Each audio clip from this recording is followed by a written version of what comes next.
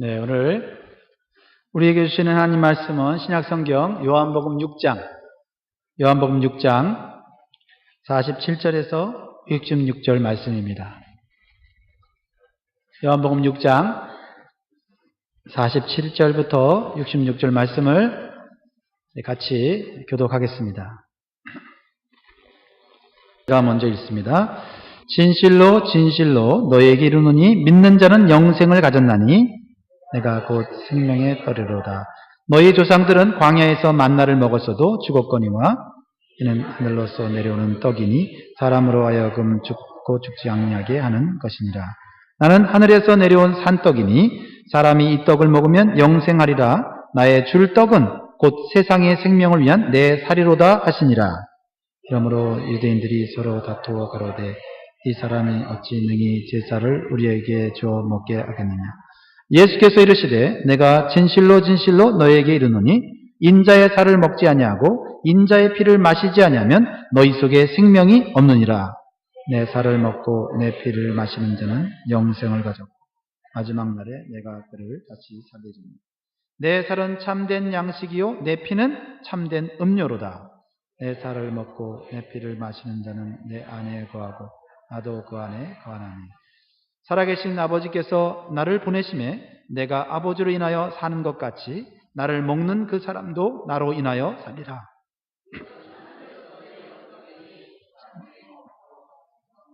자녀여 이 떡을 먹는 자는 영원히 살리라. 이 말씀은 예수께서 가버나움 회당에서 가르치실 때에 하셨느니라. 좀 여럿이 듣고 말하되 이 말씀은 어렵도다. 누가 들을 수 있느냐 하니 예수께서 스스로 제자들이 이 말씀에 대하여 수근거리는 줄 아시고 가라사대 이 말이 너희에게 걸림이 되느냐. 그러면 너희가 인자의 이전 있던 곳으로 올라가는 것을 볼 것 같으면 어찌 하려느냐. 살리는 것은 영이니 육은 무익하니라. 내가 너에게 이런 말이 영이요 생명이라. 그러나 너희 중에 믿지 않은 자들이 있느니라 하시니 이는 예수께서 믿지 아니하는 자들이 누구며 자기를 팔 자가 누군지 처음부터 아심이니라. 또 가라사대 이러함으로 전에 너희에게 말하기를 내 아버지께서 오게 하여 주지 아니하시면 누구든지 내게 올 수 없다 하였노라 하시니라. 그러므로 제자 중에 많이 물러가고 다시 그와 함께 다니지 아니하더라. 아멘. 오늘 영광교회에 오신 여러분들을 잘 오셨습니다. 여러분들께서 오늘 위대한 선택을 하셨습니다. 많은 유혹을 물리치시고 이 자리에 나오셨는데 하나님께서 풍성한 은혜로 평강으로 여러분의 삶에 채워주실 줄 믿습니다. 믿으십니까? 네. 이런 말이 있습니다. 빨리 가라면 혼자 가고 멀리 가려면 함께 가라. 이런 말이 있어요. 우리 인생길은 짧지 않습니다. 먼 길입니다. 마라톤과 같은 그런 경주입니다. 그래서 홀로 가기에는 때로 힘들고 어려운 일들이 많이 있고 혼자서는 감당하기 어려운 일들이 있습니다. 누군가 나와 함께 간다면 나보다 더 힘이 있는 사람이 능력 있는 사람이 같이 간다면 우리 인생은 더 행복할 것입니다. 그러나 사람보다도 능력 있고 지혜로우신 예수님께서 여러분과 함께 계시는 줄 믿습니다. 우리 그러한 믿음으로 옆 사람을 축복하면 좋겠습니다. 주님이 당신과 영원히 함께 계십니다. 축복합니다. 주님이 여러분과 영원히 여러분의 인생길을 함께 가실 것입니다. 그 믿음을 여러분 결코 잃어버리지 마시기 바랍니다. 여러분들은 몇 살까지 살기를 원하십니까? 전문가들이 전 세계에서 장수하는 마을들을 찾아보았습니다. 100살이 넘게 사는 사람들이 많은 마을들을 찾아보니까 공통점이 있었어요. 이탈리아의 장수 마을이 있는데요. 이탈리아 남서부에 아시아놀리라고 하는 마을이 있습니다. 그분들이 장수하는 이유를 살펴보니까 매일 거의 거르지 않고 로즈메리를 먹는다는 거예요. 그리고 올리브 오일과 생선 그리고 직접 재배한 채소와 과일을 먹는다고 합니다. 한마디 말하면 지중해식 식단을 먹는다 그래요. 일본의 오키나와 마을 사람들도 굉장히 오래 사는데요. 이분들이 먹는 음식은 쌀, 채소, 생선이라고 합니다. 그리고 무엇보다도 적게 먹는 것. 그것이 장수의 비결이라고 합니다. 이 파키스탄에 사는 사람들이 있는데요. 파키스탄 북쪽에 훈자 마을이라고 평균 수명이 120살이라고 합니다. 그리고 사는 환경이 굉장히 힘이 듭니다. 2440m 고지대에서 산다고 해요. 이 사람들은 실제보다 30년 젊게 보인다고 그래요. 그리고 질병도 없이 살다가 평온하게 죽는다고 그렇게 기록이 되어 있습니다. 이렇게 공통적으로 장수하는 사람들의 모습을 보니까 먹는 겁니다. 먹는 거. 자연에서 나는 거, 가공하지 않는 것. 그리고 욕심을 부리지 않고 적게 먹는 것이라고 합니다. 여러분의 먹거리는 어떻습니까?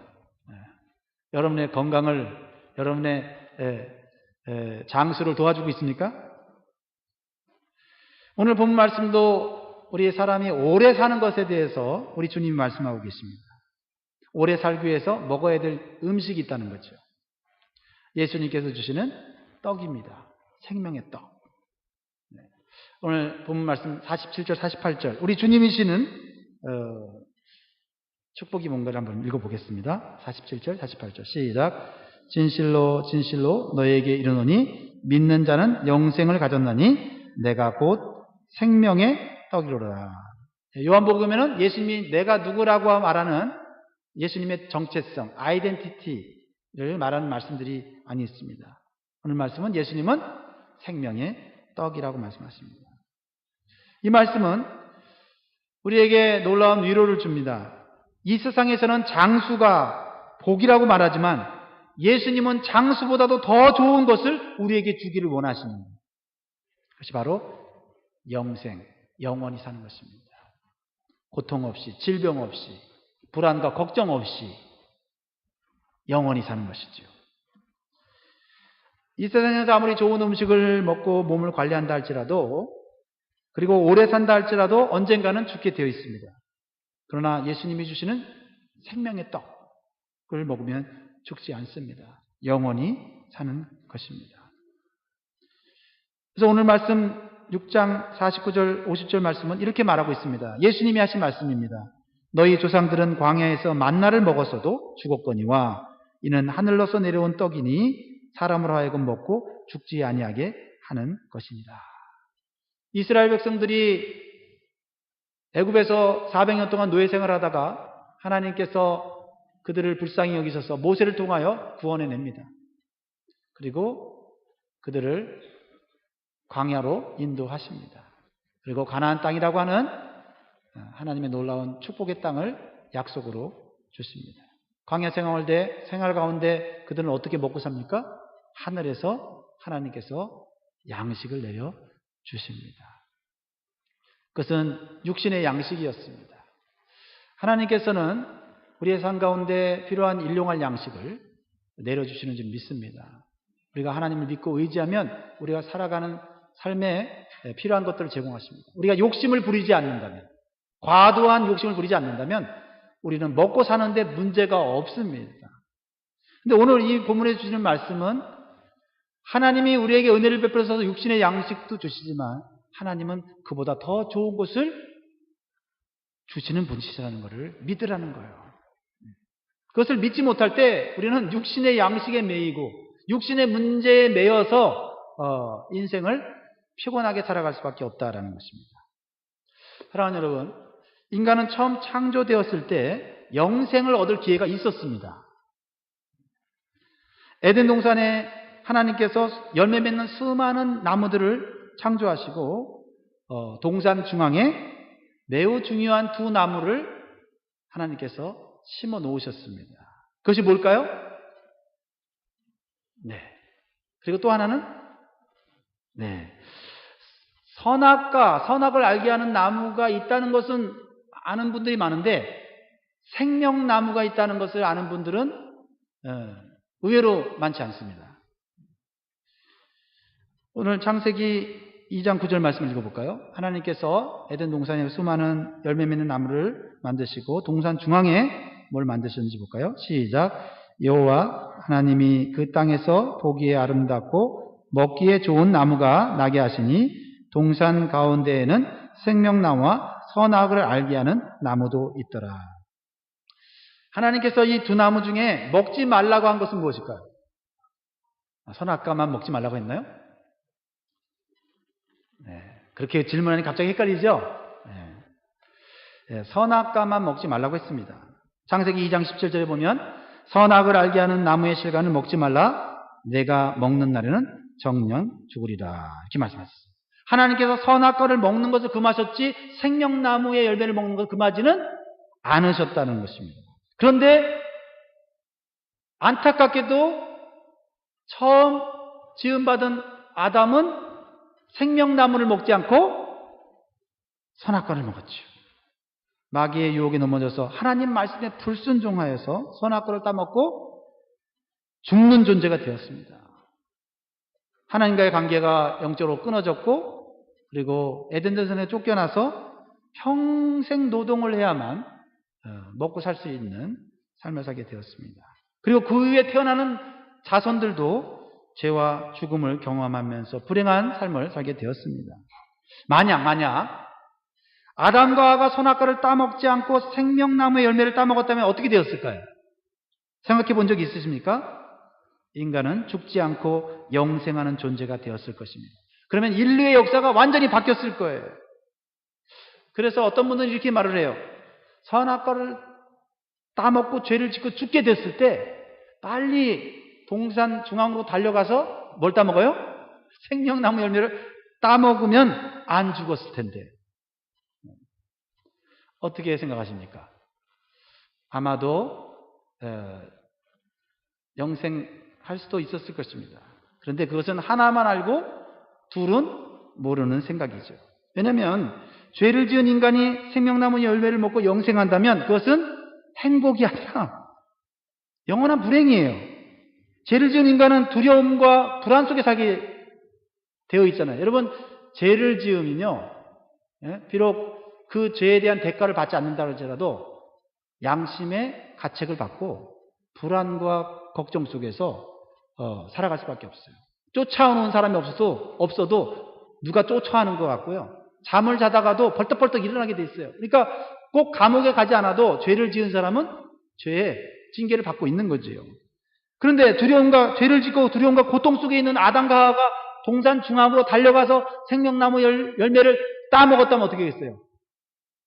오래 살기는 오래 사는데 불행과 고통과 근심과 두려움 속에 살게 되는 거죠. 그것이 뭐예요? 영원토록 고통 속에 사는 것? 그것이 바로 지옥이에요. 그게 지옥입니다. 우리는 또 이 세상 살면서 죽음이라는 큰 불행을 우리가 겪게 되지만 그 이전에도 살아있는 동안에 죽음의 현상들을 우리가 맞이하고 있지 않습니까? 두려움과 불안이라고 하는 것이 죽음의 현상이거든요. 걱정과 근심이라는 것이 죽음의 현상이거든요. 그러나 예수 그리스도를 믿고 우리의 모든 삶의 걱정과 근심을 맡길 수 있는 믿음이 있다면 우리 주님께서 하늘의 평강으로 채워줄 줄 믿습니다. 그래서 우리가 주님 앞에 나오는 것이고 예배 드리는 것이고 찬양하는 것이고 하나님과 관계를 맺고 살아가는 것이에요. 예수님을 믿으면서 불안할 수 있습니까? 있습니다. 예수 믿으면서 걱정할 수 있습니까? 있습니다. 우리의 이 세상의 삶은 그런 저주받은, 징계받은 삶이기 때문에 그래요. 하나님께서는 죄를 지은 인간이 생명나무 열매를 먹고 영생하지 못하도록 천사를, 부르비라고 한 천사를 통해서 이 생명나무 가는 길을 막으셨어요. 창세기 3장 24절 보세요. 24절 보면 시작. 이같이 하나님이 그 사람을 쫓아내시고 에덴 동산 동편에 그룹들과 두루 도는 화영검을 두어 생명나무의 길을 지키게 하시니라. 그 이후로 인간은 생명나무 열매를 아무도 먹지 못했습니다. 얼마나 안타깝습니까? 하나님께서 만들어 놓은 이 에덴 동산에 하나님이 다 먹으라고 했지만 하나, 선악과 먹지 말라고 했는데 먹지 말라 한 거 하나 먹음으로 인해서 인생이 불행해졌어요. 생명나무 먹지 말라고 하지 않았는데 그 생명나무를 먹고 하나님과 좋은 관계 속에서 하나님이 주시는 은혜와 평화로 살면 얼마나 좋았겠습니까? 그 생명나무 열매를 먹을 수만 있다면 얼마나 좋겠습니까? 그런데 제가 왜 이 말씀을 하는지 아십니까? 눈치를 채셨죠? 하나님께서는 죄를 지은 인간들이 죽지 않고 영생할 수 있는 기회를 다시 주고 싶어 하셨어요. 하나님은요, 부모님과 같아서요, 죄를 지은 자녀라도 회개하고 돌아오면 더 좋은 것으로 채워주시는 그런 아버지세요. 할렐루야. 그래서 하나님께서 인간들에게 좋은 것을 주시려고 예수님을 이 땅에 보내신 줄 믿으시기 바랍니다. 그리고 예수님은 자신을 생명의 떡이라고 소개하고 있는 것이죠. 그렇다면 에덴 동산에 있었던 생명나무는 무엇을 의미할까요? 이 생명의 떡과 생명나무가 연결되지요. 바로 영생을 주시는 예수 그리스도를 의미하는 줄 믿습니다. 그래서 예수님은 하늘에서 내려온 생명의 떡일 뿐만 아니라 우리에게 진정으로 하나님이 주시고자 했던 영생의 열매인 생명나무가 바로 예수 그리스도이신 줄 믿으시기 바라요. 하나님의 놀라운 비밀입니다. 하나님의 놀라운 사랑이에요. 에덴동산에서 비록 실패했지만은 예수 그리스도를 통하여 영원한 행복을 주시고자 하는 이 하나님의 사랑을 우리가 깨닫는다면 우리는 하나님 앞에 나와서 예배하지 않을 수 없어요. 감사하지 않을 수 없고요. 찬송하지 않을 수 없어요.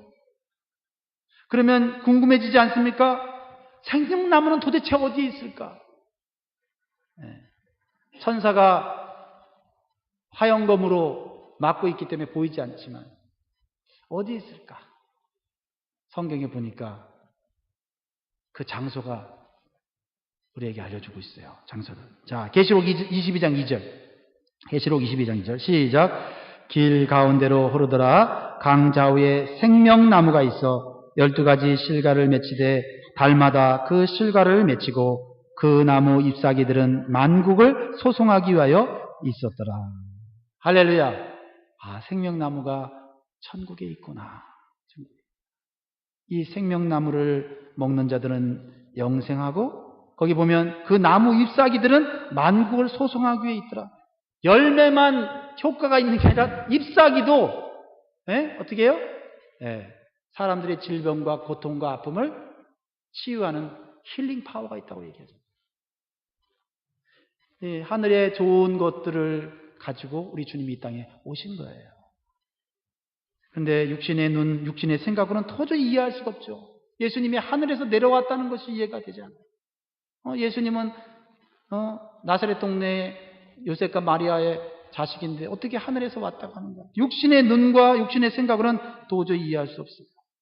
그러나 영적인 눈을 가지고 영적인 믿음을 가지고 하나님의 말씀을 듣고 받아들일 때 거기에 우리 인생들이 깨닫지 못하는 놀라운 비밀이 담겨져 있는 줄 믿습니다. 그 영적인 진리를 깨달을 때 우리 안에 있는 걱정과 근심이 사라지는 거예요. 그러므로 사랑하는 성도 여러분, 하나님 말씀을 더욱 깊이 묵상하시고 사모하시기 바랍니다. 하나님 말씀 우리에게 생명을 주시고 힘을 주시고 지혜를 주시는 거예요. 그래서요, 지혜서인 잠언은요, 생명나무가 지혜다라는 것을 우리에게 가르쳐줘요. 생명나무라는 걸 제가 좀 찾아보니까 생명나무의 이 축복을 깨달은 사람들이 성경에 많이 있더라고요. 생명나무이신 예수 그리스도. 그 예수 그리스도께서 우리에게 이 세상을, 이 인생을 살아가는 지혜를 주신다는 것을 이 잠언을 쓴 솔로몬과 그 훌륭한 신자들은 깨달았던 것 같아요. 잠언 3장 18절을 보니까 이렇게 되어 있어요. 지혜는 그 얻은 자에게 생명나무라. 지혜를 가진 자는 복되도다. 우리가 생명나무이신 예수님을 올바로 믿고 하나님의 말씀을 온전히 깨닫기 시작하면 지혜로운 사람이 되는 거예요. 인생을 복되게 살아가는 거예요. 자녀를 지혜롭게 양육하는 거예요. 가정을 지혜롭게 세워가는 거예요. 교회를 지혜롭게 세워가는 거예요. 하나님의 능력과 권세를 얻은 지혜를 통해서 우리는 이 땅에서 승리하는 삶을 사는 줄 믿습니다. 여러분, 하나님의 지혜, 예수 그리스도의 지혜를 여러분 사모하세요. 그리고 간구하세요. 단순히 하나님 지식과 지혜가 충만하게 이렇게 하지 말고 하늘의 지혜와 생명나무로부터 오는 지혜와 능력을 나에게 주십시오. 이 기도가 우리를 복된 삶으로 이끌어 줄 것입니다. 그렇습니다. 사랑하는 성도 여러분, 우리가 믿는 예수 그리스도는 하늘에서 내려온 생명의 떡이시고 영생을 주시는 생명나무이심을 온전히 믿고 신앙생활하면 좋겠습니다. 그런데 오늘 본문에 나오는 유대인들은 이 예수님 말씀을 이해하지 못했어요. 수군거리면서 때로는 다투기 시작했어요. 논쟁하기 시작했어요. 그러다가 예수님이 능력이 많은 건 알겠지만은, 예수님이 우리의 육신의 양식을 해결하는 분임은 알겠지만은, 하늘에서 내려왔다는 것, 영생을 준다는 것, 이것을 우리 못 믿겠다 하고는 예수님을 많이 떠났다고 얘기하고 있어요. 그러므로 여러분, 믿음은 축복이에요. 예수님을 생명의 떡으로 믿어지는 게 복이고, 예수님을 생명나무로 믿어진 게 복이에요. 하나님이 에덴 동산에서 우리에게 잃어버렸던 영생을 되찾아주려고 하는 하나님의 사랑이 예수 그리스도를 통해 나타났다는 것을 믿는다는 것이 이게 엄청난 복이라는 것입니다. 육신의 시각으로는 영적인 진리를 깨달을 수가 없습니다. 오직 영적인 시각으로, 영적인 믿음으로만 진리를 깨달을 수 있어요. 그러므로 여러분, 저절로 깨달아진다면 여러분 감사하시기 바라고요. 깨달아지 않는다면 여러분 기도하세요. 하나님, 육적인 시각만 있는 것이 아니라 영적인 시각이 있다고 하는데, 하나님, 내가 영적인 눈이 열리게 도와주시옵소서. 이건 제가 도와줄 수가 없어요. 영적인 시각이 있고, 영적인 생명이 있고, 영적인 축복이 있다는 것은 말씀을 통해 제가 말씀을 드릴 수 있는데, 그것이 여러분이 스스로 기도하고 소원하고 하나님 앞에 간구해야만 얻을 수 있는 거예요. 그래서 오늘 예수님이 이렇게 말씀하잖아요. 예수님도 이렇게 말씀하시잖아요. 요한복음 6장 63절 시작. 살리는 것은 영이니 육은 무익하니라. 내가 너에게 이른 말이 영이요 생명이라. 그런데 이 사람들은 육과 육적인 생명만을 바라보면서 예수님이 떡 하나 만들어주지 않나, 내 육신의 문제를 해결해주지 않나, 계속 예수님을 육신의 눈으로 바라보는 거예요. 그리고 영적인 얘기를 관심도 없고 들으려고 하지도 않는 거예요. 어느 날 하루살이와 메뚜기가 함께 신나게 놀았습니다.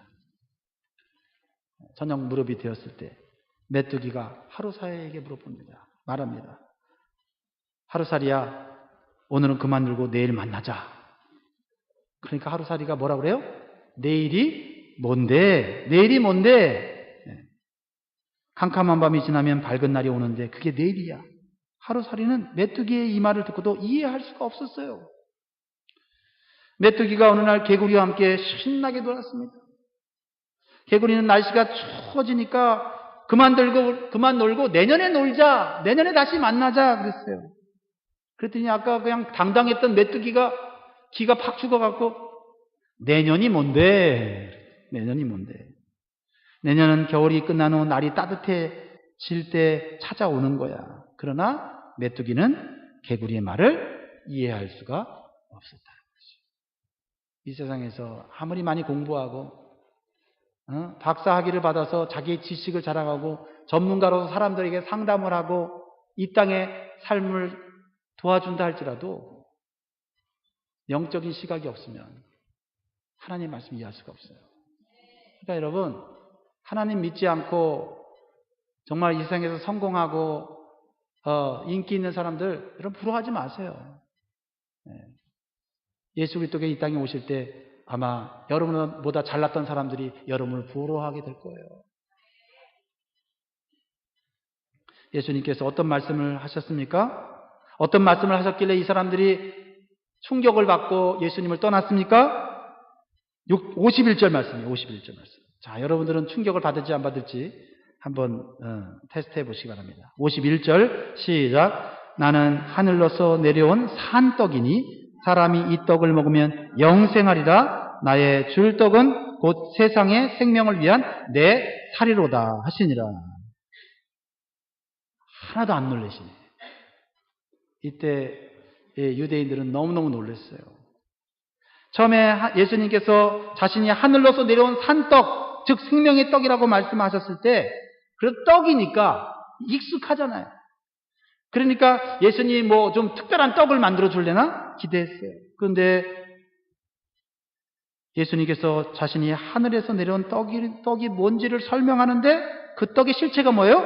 예수님의 예수님의 몸이라는 거예요.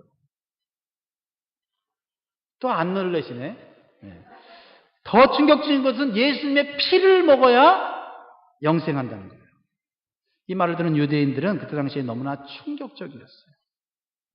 서로 그래서 다투기 시작했어요. 예수님 저 말이 무슨 말이냐. 52절 나와 있잖아요. 이러므로 유대인들이 서로 다투어 가로되 이 사람이 어찌 능히 제사를 우리에게 주어 먹게 하겠느냐. 어떻게 자기 살을 자기 몸을 먹게 해줄 수 있겠느냐. 사람의 몸과 살을 먹는 사람들은 있죠, 이 세상에. 그 사람들 뭐라 그래요? 식인종. 그럼 우리가 식인종이 되어야 영생을 얻는다는 말이냐? 이렇게 싸웠던 거죠. 근데 예수님은 농담으로 하는 것이 아니라 그 어느 때보다도 진실되게 하시는 거예요. 예수님은 오병이어 기적을 일으켜서 수많은 사람들에게 먹을 걸 주셨어요. 하나님 앞에 간절히 기도하면서 하나님 이들의 배고픔의 문제를 해결해 달라고 간절하게 기도했어요. 근데 예수님이 정말 이해가 안 되는 말, 영생에 대한 말, 자기의 살을 먹어야지, 자기의 피를 먹어야지 영생한다는 말을 할 때는 예수님이 어떻게 했냐면 진실로 이렇게 했다니까요. 여러분 성경을 읽을 때 예수님이 진실로 할 때는요, 그 말씀은 너무 중요한 말씀이에요. 근데 우리는 그게 이해가 안 되잖아요. 받아들이기 어렵잖아요. 당연하죠. 우리는 육신의 시각으로 이 말씀을 이해하려니까 안 되는 거예요. 근데 하늘에서 오신 예수님의 입장에서 생각해 보면 이해가 되지 않습니까? 우리가 자녀를 키우면서도 그런 경험하지 않습니까? 아이들이 해달라는 대로 다 해주면 어떻게 돼요? 그 아이 몸 망가집니다. 건강 망가져요. 아이가 하고 싶은 대로 다 해주면 어떻게 돼요? 아이가 잘못된 길로 가게 돼 있어요. 우리가 자식보다 조금 앞선 인생을 살았잖아요. 30년, 50년, 60년. 그 인생을 살아보니까 아무거나 먹으면 안 되고 아무 데나 가면 안 되는 거 알잖아요. 비록 우리도 우리의 인생 전체를 알지 못하지만 우리 자녀들에게 좋은 길, 좋은 삶을 가르쳐 줄 때 그들이 이해합니까? 이해하지 못하지만은 우리가 그때는 어떻게 해요? 아빠 말 믿어. 아빠 너 사랑하는 줄 알지. 엄마 말 믿어. 엄마 너 얼마나 사랑하는지 알지. 그렇죠? 그럼에도 불구하고 우리는 그 자녀들을 인도하는 인생의 지혜와 인생의 길이 틀릴 수가 있다는 거예요. 그런데 예수 그리스도께서는 우리를 창조하시고 우리를 사랑하시고 우리를 구원하시기 위해서 이 땅에 오셔서 우리에게 진실로 너에게 이르노니 인자의 살을 먹지 아니하고 인자의 피를 마시지 아니하면 너희 속에 생명이 없느니라.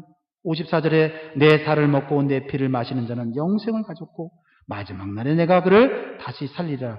내 살은 참된 양식이요 내 피는 참된 음료로다. 아멘이지만 이해가 되지 않지 않습니까? 유대인들의 반응이 한편으로는 이해가 됩니다. 왜냐하면 하나님의 말씀인 율법에 피를 먹지 말라고 했어요. 먹지 말라고 했어요. 레위기 7장 26절 27절에 보면 너희의 사는 모든 곳에서 무슨 피든지 새나 짐승의 피를 먹지 말라. 다 같이 27절 시작. 무슨 피든지 먹는 사람이 있으면 그 사람은 다 자기 백성 중에서 끊쳐지리라. 예수님은 자신의 살과 피를 먹으라고 합니다. 문자 그대로 해석하면요, 살을 씹어서 소화하라는 말이에요. 그 말입니다, 이 단어가요. 그러면 정말 사람의 몸과 피를 먹는 식인종이 되라는 말입니까? 그들은 피를 먹지 말라는 하나님의 말씀의 속뜻을 알지 못했어요. 여러분, 하나님의 말씀은요, 그 안에 깊은 영적인 뜻이 있습니다. 피는 죽음을 의미하는 동시에 피는 생명을 의미하는 거예요. 피는 생명이기 때문에 귀한 것입니다. 특별히 동물이나 사람의 피보다는 더 말할 수 없이 가치가 있고 귀한 예수님의 피는 우리에게 새 생명을 공급해 주기에 정결하고 깨끗한 피라는 사실을 우리는 기억해야 합니다. 우리가 예수님의 보혈의 피를 의지해서 기도하고 예수님의 보혈의 피를 의지해서 우리의 삶의 문제를 하나님께 맡기면요, 문제가 해결되는 것을 경험하게 돼요. 제가 그것을 여러분에게 가르쳐줄 수는 없어요. 저는 경험했기 때문에 자신 있게 얘기하는 거예요. 예수님의 보혈의 피를 의지해서 내 죄를 용서해달라고 기도하면요, 마음의 평강이 찾아오는 거예요. 우리의 삶의 문제를 극복할 수 있는 파워를 갖게 되는 걸 경험하게 돼요. 어떻게 그럴 수가 있습니까? 두 가지만 잠시 살펴보고 마치려고 합니다. 첫 번째는 예수님의 살과 피를 먹으라는 말은 문자 그대로 살을 씹어먹고 피를 마시라는 것이 아닌 것은 이제 여러분들은 다 아세요. 그 말은 나를 향한 예수님의 대속적인 죽음을 믿으라는 거예요. 누구를 향한? 나. 이게 중요해. 나하고 관련이 있어야 돼.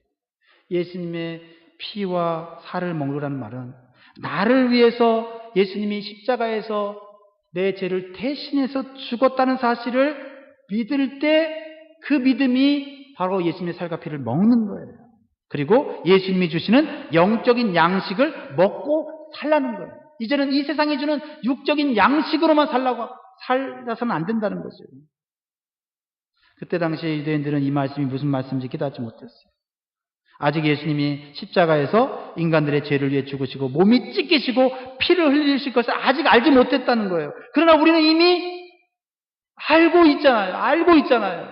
알고 있음에도 불구하고 예수님의 살과 피를 먹지 못하고 살아간다면 우리는 아무리 오래 살아도, 아무리 좋은 음식 먹어도, 그래서 120살까지 산다 할지라도 결국은 죽는 거예요. 사랑하는 성도 여러분, 예수님께서 저와 여러분들에게 영생을 주시기 위해서 십자가에서 몸이 찢기시고 피를 흘리신 것을 믿을 수 있는 복이 있기를 축원합니다. 이 사실을 진심으로 믿는다면 여러분의 삶으로 증명해야 돼요. 사실 이게 오늘 여러분에게 주는 메시지입니다. 여기 대부분 예수님이 나를 위해 죽으셨고 몸이 찢기셨고 피를 흘리셨다는 사실을 다 믿으시는 분들이 많아요. 그런데 이 사실을 믿는다면 여러분의 삶으로 증명해야 돼요. 왜요? 그게 지식으로만 있어서는 내 삶의 역사가 일어나진 않아요. 이 살을 먹고 피를 먹는다는 이 말씀이 내 안 영까지 깊은 곳까지 들어가서 믿음으로 받아들여질 때 실질적으로 내 삶에 능력이 나타나는 거예요. 평강이 나타나고 걱정과 근심을 이기는, 그리고 주님 교회를 위해서 헌신하고자 하는 열정이 일어나고요. 다른 사람을 막 사랑하고 싶은 마음이 막 뜨겁게 일어나고요. 좌절되고 실패하는 환경 속에서도 예수 그리스도의 피와 살을 먹는 믿음을 갖고 있으면 잠시 넘어졌다가 다시 일어나는 거예요. 일어나는 거예요. 그래서 요한복음 6장 27절에 중요한 말씀하고 있죠. 내가 무슨 양식을 먹고 사느냐가 내 삶의 능력이라는 거예요. 6장 27절 시작. 썩는 양식을 위하여 일하지 말고 영생하도록 있는 양식을 위하여 하라. 이 양식은 인자가 너에게 주리니 인자는 아버지 하나님의 인치신 자니라. 그렇습니다. 여러분들이 진실로 예수님의 살과 피를 먹고 영생을 얻었다고 믿는다면 우리가 이 세상의 성공을 위해서 사는 것이 아니라 하나님의 영광을 위해서 사는 삶이라는 것을 증명해야 한다는 거예요. 한번 여러분 자신을 정직하게 이 아침에 점검해 보시기로 합니다. 나는 썩어 없어질 이 세상의 영광을 위해 살고 있는가? 썩어질 영광을 위해서 예수님을 이용하며 살고 있는가? 아니면 썩지 않을 하나님의 영광을 위해 사는가? 내가 가진 재능, 내가 가진 지혜, 내가 가진 물질을 하나님의 영광을 위해 쓰고자 하는 마음이 내 안에서 순수하게 올라오고 있는가? 왜요? 예수님의 살과 피를 먹었다면 그 은혜를 우리는 잊을 수 없어요. 그 사랑을 잊을 수가 없어요. 그건 지식적으로 아는 것이 아니라 체험으로 아는 거예요.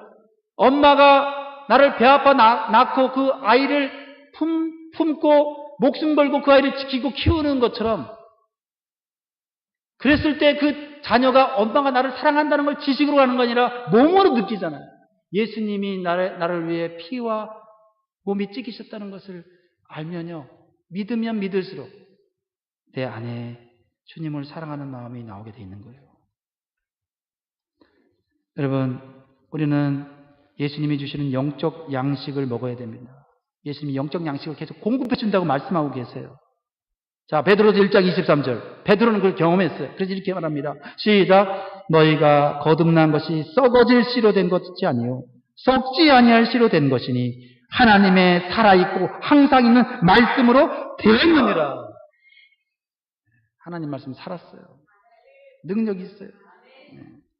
근데 그냥 먹는 게 아니라 예수님이 나에게 영생을 주시기 위해서 몸을 지키시고 피를 흘리셨다는 사실을 믿고 먹어야 돼요. 믿고 먹어야 돼요. 이게 너무너무 중요해요.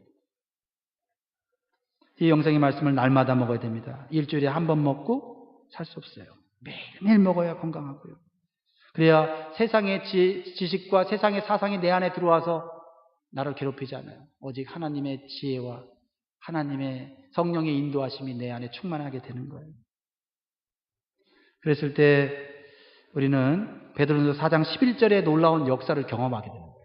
베드로전서 4장 11절 시작. 만일 누가 말하려면 하나님의 말씀을 하는 것 같이 하고 누가 봉사하려면 하나님의 공급하시는 힘으로 하는 것 같이 하라. 이는 범사에 예수 그리스도로 말미암아 하나님이 영광을 받으시게 하려 함이니 그에게 영광과 권능이 세세에 묵은토록 있느니라. 아멘.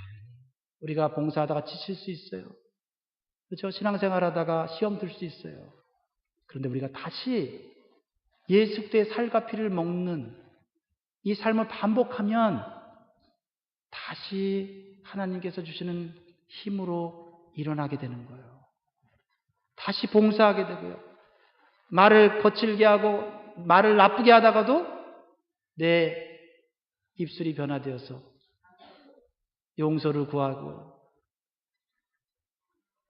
말로 위로하고 격려하는 그런 삶으로 변화되면서 내가 이렇게 변화되고 있다는 사실을 스스로 느끼는 거예요.